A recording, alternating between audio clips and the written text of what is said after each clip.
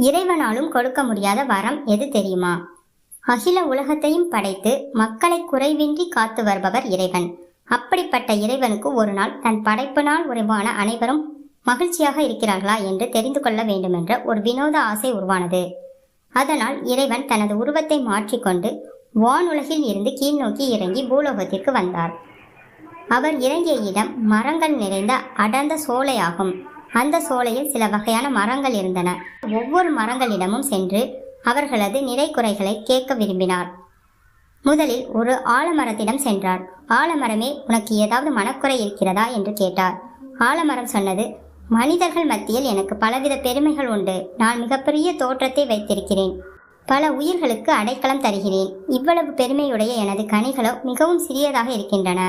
இவ்வளவு பெருமைகளை தாங்கிக் கொண்டிருக்கும் எனக்கு எனது கனிகள் அளவு மிக சிறிதாக இருப்பது வருத்தமாக இருக்கிறது என கூறியது. கடவுள் அடுத்ததாக வேப்ப மரத்திடம் சென்றார். வேப்ப மரமே, உனக்கு ஏதாவது மனக்குறை இருக்கிறதா என்று கேட்டார். என்னால் மக்கள் அடையக்கூடிய பயன்கள் பல உண்டு. என் உச்சி முதல் வேர் வரை அனைத்தும் மருத்துவ பயனே. இருந்தாலும் எனது கனிகள் மக்கள் யாரும் விரும்பி உண்பதில்லையே. அது எனக்கு மிகப்பெரிய மன வருத்தமாக இருக்கிறது என்று கூறியது. இறைவன் அடுத்தபடியாக ஒரு பலா மரத்திடம் சென்றார். பலா மரமே, உனக்கு ஏதாவது மனக்குறை இருக்கிறதா என்று கேட்டார். நான் எவ்வளவு சுவை மிகுந்தவன். முக்கனிகளில் ஒன்று என எனக்கு அடையாளமே கொடுத்திருக்கிறீர்கள். மக்கள் விரும்பி புசிக்கக்கூடிய அற்புதமான சுவையை கொடுத்த நீங்கள் என் உடல் அமைப்பை ஏன் முட்கள் போன்று அழகில்லாமல் கொடுத்து விட்டீர்கள். அது எனக்கு மிகப்பெரிய மனக்குறைதான் என்றது. இறைவனுக்கோ என்ன சொல்லுவதென்றே தெரியவில்லை.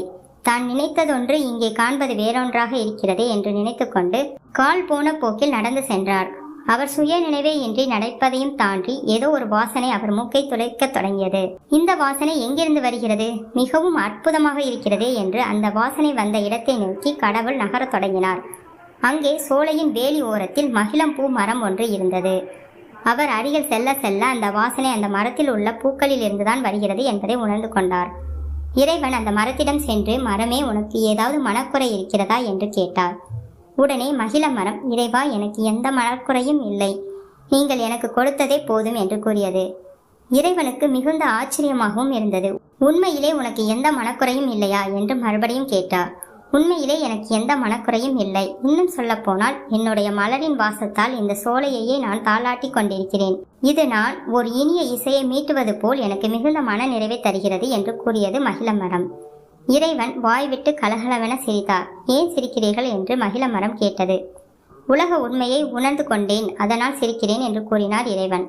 இந்த உலகில் உள்ள அனைத்தும் என்னால் படைக்கப்பட்டவையே. ஆடை, ஆபரணங்கள், கோபுரங்கள் என எத்தகைய அதிசயத்தையும் என்னுடைய ஒரு கைவிரல் சொடுக்கில் என்னால் நெகிழ்த்தி காட்ட முடியும். ஆனால் போதும் என்ற மனநிறைவான மனத்தை மட்டும் நான் படைத்த எந்த உயிருக்கும் என்னால் கொடுக்க முடியாது. அப்படி ஒரு மனதை நான் உன்னிடம் பார்க்கிறேன். எனக்கு மிகவும் மகிழ்ச்சியாக உள்ளது. நான் சென்று வருகிறேன் என்று கூறி புறப்பட்டார்.